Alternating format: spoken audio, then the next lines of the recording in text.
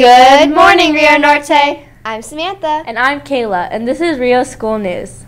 Please stand for the Pledge of Allegiance. Face the flag, put your right hand over your heart. Ready, begin. I pledge allegiance to the flag of the United States of America and to the republic for which it stands, one nation, under God, indivisible, with liberty and justice for all. Please be seated. 8th grade advanced theater is proud to present The Lion, the Witch, and the Wardrobe by C.S. Lewis. This amazing story goes on a magical adventure with a group of kids as they discover another world through a magical closet. They find themselves in the land of Narnia, ruled by the evil White Witch. Will good prevail? Can the children and their new friend Aslan defeat evil and bring back spring? Performances are Wednesday, Thursday, and Friday, December 5th through the 7th at 7 p.m., and Saturday, December 8th at 2 p.m. Tickets are $5 for students and senior citizens, $10 for adults. We'll see you in Narnia! Attention artists, if you submitted artwork for Reflections, please make sure to pick up your work from Mr. Bibikoff in room C18. Any work left after December 14th will be discarded. This month is Epilepsy Awareness Month. To learn more about what epilepsy is, here is an interview with our very own Rio Norte teacher, Mrs. Ferrier. Hi, so this month is Epilepsy Awareness Month, and we're here with Ms. Ferrier to ask her some questions about epilepsy. So we want to know what epilepsy is. Thank you. I want to say first thanks to ASB for acknowledging that November is Epilepsy Awareness Month. As an epilepsy survivor, I appreciate you giving me the opportunity to educate you all about what epilepsy is. Epilepsy itself is a neurological condition, which means it affects your brain, and it is a cluster of seizures, which means that you have a bunch of seizures all in a short period of time, and if that happens, then you get diagnosed with epilepsy. What is it like having epilepsy? The symptoms and how a person's body reacts to it is different for everybody. The epilepsy I have are called petit mal seizures, so they're little seizures where I'll just be sitting and I'll stare off in the distance. I have hallucinations. I can think like I'm hearing things or smelling things or I'm seeing things. And then there are other types of seizures where the person may fall to the ground and convulse, which means their body kind of twitches around and stuff like that. So how do people get epilepsy? It's not something you catch. It's something you're born with. For me, I was born with epilepsy, but it didn't come out until I was 43. What happens to people with epilepsy?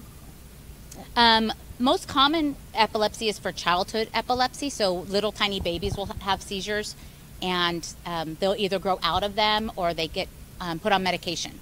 I had started having seizures about 5 years ago, and I started on medication, and I lost my license, of course, because if you have seizures, they don't want you to drive. But once I didn't have seizures over a period of 6 months, I got my license back. But you know that as recently as 1970, people who had epilepsy weren't allowed to get married. They weren't allowed to hold down jobs. They weren't allowed to drive, obviously. But now, because of medication being so much more sophisticated and being able to control our seizures more, we're being more welcomed into the workplace and able to do the same thing that everybody else does. So like you said before, people can grow out of epilepsy, so you don't have to have epilepsy forever? Most likely babies who have epilepsy most likely grow out of it, but there are the lasting effects of it. Because you're a baby and your brain is still developing, you may have some type of brain damage or some developmental delays, which means maybe they won't walk at the same usual time as everybody else. They don't talk the same way. Maybe they have communication problems, or maybe they walk differently. So like you said earlier too, that medication helps. So is epilepsy treatable completely? 1/3 of people diagnosed with epilepsy will continue to have epilepsy and continue to have seizures. It's not treatable.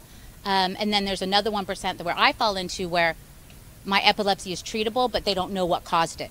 Because sometimes it could be a brain injury, concussions that can cause epilepsy as well. So what age does epilepsy affect? It's any age. There's no age restrictions. It can be from a little baby. I was 43 when I was diagnosed. So what can you do to help somebody that's having a seizure if they happen at school or at home, or what can you do to help them? That's a great question. To help somebody with epilepsy, you want to make sure to clear the area around them. Well, first, if they're standing, you want to lay them down safely on their side. You want to make sure to keep the area around them clear from anything that could hurt them. If their arms are flapping, you don't want them to bang onto a chair or a table. You want to call for help, and if possible, time it. If you're able to time it, get your cell phone and start the timer and see how long it lasts, because when help comes, they're going to want to know how long they've had the seizure. Thank you for interviewing with us. Oh, thank you guys. I appreciate it. You can always look up on Epilepsy Foundation of Greater Los Angeles. Has lots of information for you. Thank you. Sure, thank you. That's it for today. I'm Kayla. And I'm Samantha. And we'll see you next time on Rio TV.